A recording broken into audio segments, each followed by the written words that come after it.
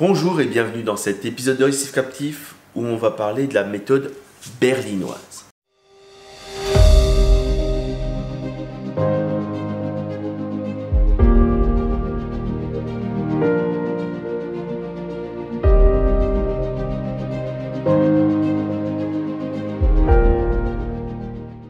Avant de débuter cette vidéo, n'oubliez pas de lâcher un pouce bleu, de vous abonner et de penser à... Pensez à quoi de nouveau? Ah oui, il vous faut la cloche. Pourquoi la cloche? Parce que ça va vous permettre d'être notifié la prochaine fois qu'il y aura une vidéo et normalement il devrait y avoir une prochaine. Allez, en avant pour l'épisode. La méthode berlinoise, certainement que vous connaissez déjà ou en tout cas que vous pensez la connaître et la comprendre. Je vais juste faire un retour sur ce que c'est à l'origine, histoire de bien comprendre que souvent dans nos aquariums, on a tout un tas d'équipements qui sont des dérivés de la méthode berlinoise. Ce que je veux dire par là, c'est que on peut aujourd'hui avoir une méthode berlinoise très simple. Et c'est ce que j'essaie de faire actuellement, donc c'est pour ça qu'il y a mon changement de population, le fait que je passe à du corail mou et ainsi de suite. Et donc pour avoir la méthode berlinoise la plus simple possible, et pour pouvoir vous en parler, forcément, j'ai pas des SPS et des LPS parce que à un moment, il faudra des complémentations qui eux sont ce que j'appelle des extensions de la méthode berlinoise. La méthode berlinoise, elle repose sur quelques piliers qui sont plutôt simples et on va en faire la liste. On a tout d'abord un éclairage puissant. C'est-à-dire qu'à l'époque où la méthode berlinoise est sortie, c'était des HQI, des lampes d'ancienne génération. Aujourd'hui, presque tout le monde est en LED. Je comprends tout à fait que certains aiment rester en HQI, mais je ne me vois pas aujourd'hui conseiller du HQI à un débutant parce qu'on ne trouve difficilement les lampes. Et donc pareil pour le T5, on en trouve mais de moins en moins. Résultat des courses aujourd'hui, oui, tout le monde se met à la LED, ce qui d'un point de vue économique se tient au prix actuel de l'électricité. Et faut dire ce qui est, avec le temps l'électricité ne deviendra pas de moins en moins cher, donc l'éclairage LED c'est un très bon compromis en attendant de trouver mieux.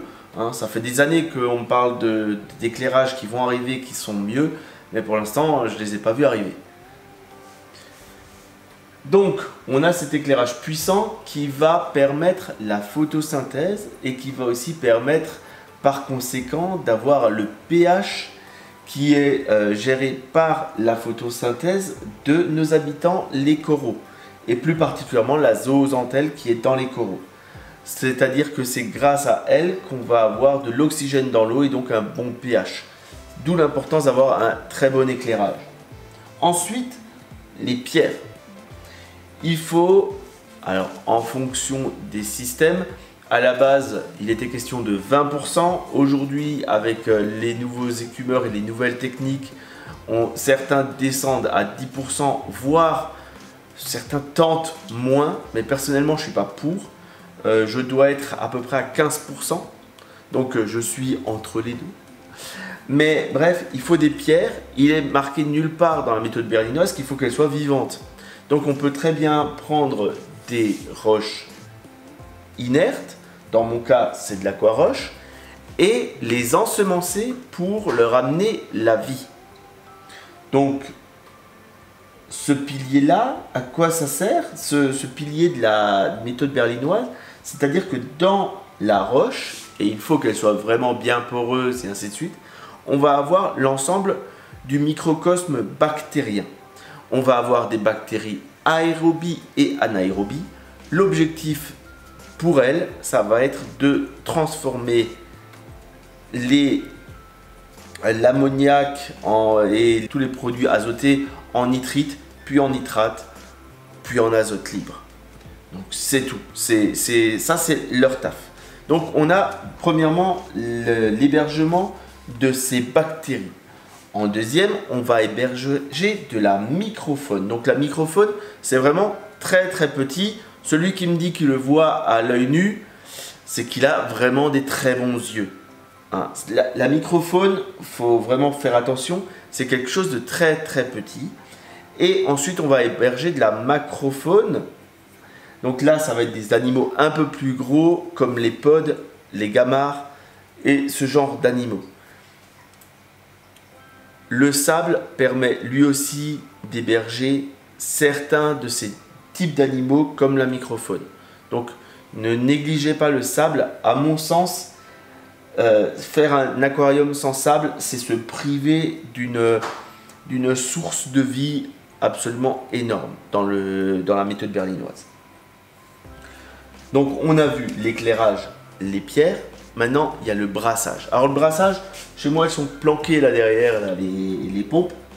Donc forcément, vu que c'est planqué, vous ne les voyez pas bien. Mais il y a un certain brassage. Pourquoi est-ce qu'on brasse comme ça dans l'aquarium? Et d'une, dans le milieu naturel, il y a les marées, il y a des courants. Et nos coraux sont habitués à une hydrodynamique relativement importante.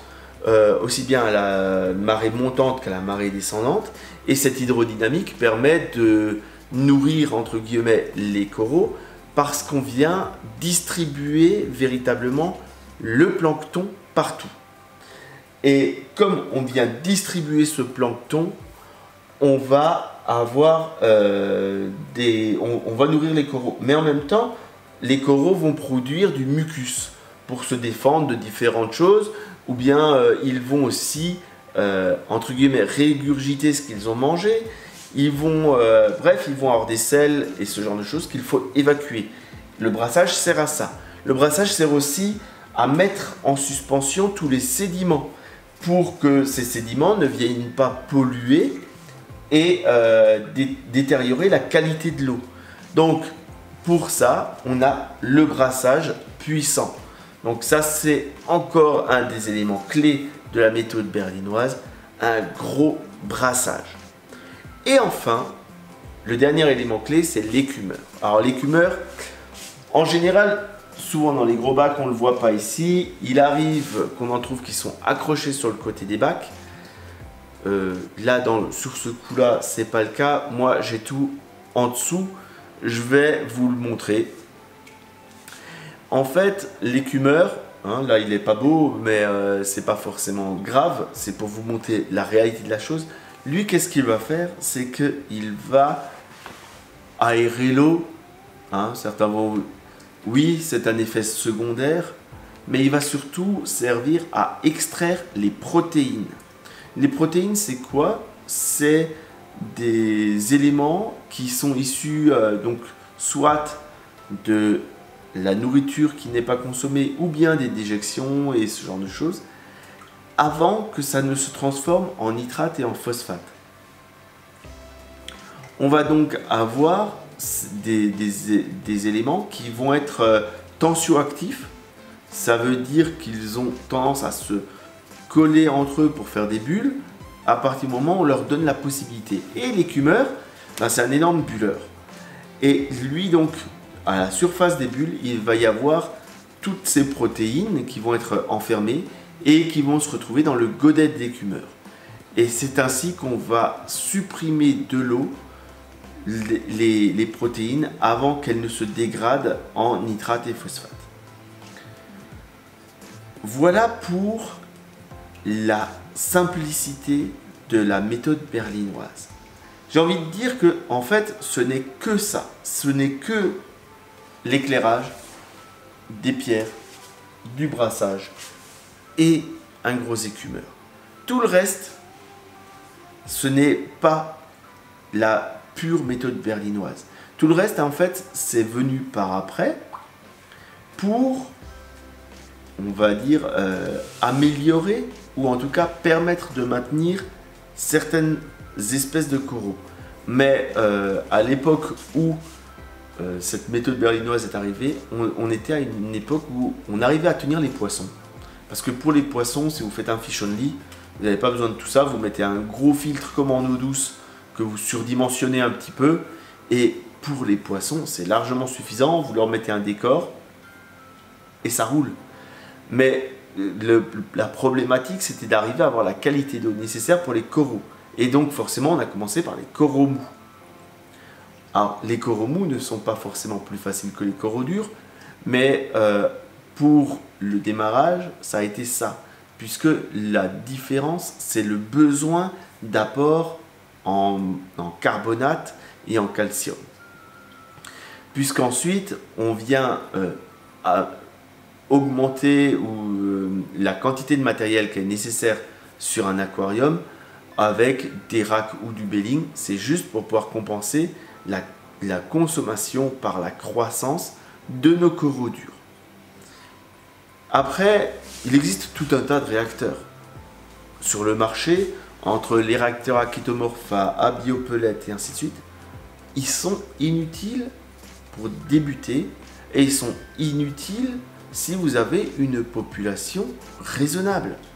C'est plus des aides et des assistances si on est allé un petit peu trop loin dans sa population. Et c'est vrai que quand on démarre et quand on débute un aquarium, on a vite fait de rajouter un peu trop de poissons, un peu trop de coraux, d'avoir des pollueurs, d'avoir des déséquilibres, ou de n'avoir pas assez acheté de pierres, ou bien d'avoir acheté des pierres de mauvaise qualité. J'en ai très régulièrement, j'ai des personnes qui me contactent parce qu'ils ont acheté chez X ou Y des pierres et qu'ils ont constamment des nitrates. C'est simplement les pierres qui sont de mauvaise qualité, qui ne sont pas assez poreuses pour les bactéries qui font la nitrification. Et donc voilà, avec ça, ça suffit à maintenir un bac. C'est tout. Après, forcément, là, je parle de la méthode berlinoise, la plus standard, la plus classique, celle qui est la plus, la plus simple. Mais forcément, à un moment, on va avoir des évolutions et des améliorations ou des nécessaires si on veut faire du corail dur. Mais je voulais revenir un coup sur le principe même du bac berlinois, histoire de montrer que ça peut être simple. Parce que souvent, on le qualifie d'usine à gaz, mais le tout mis l'un au bout de l'autre, c'est pas si compliqué que ça. Voilà, j'espère que cet épisode où on revient un petit peu sur la méthode berlinoise vous a plu. Si c'est le cas, n'hésitez pas, le pouce vers le haut, abonnez-vous, pensez à la cloche pour être notifié des prochaines vidéos. Et je vous dis à bientôt pour d'autres épisodes de Récif Captif.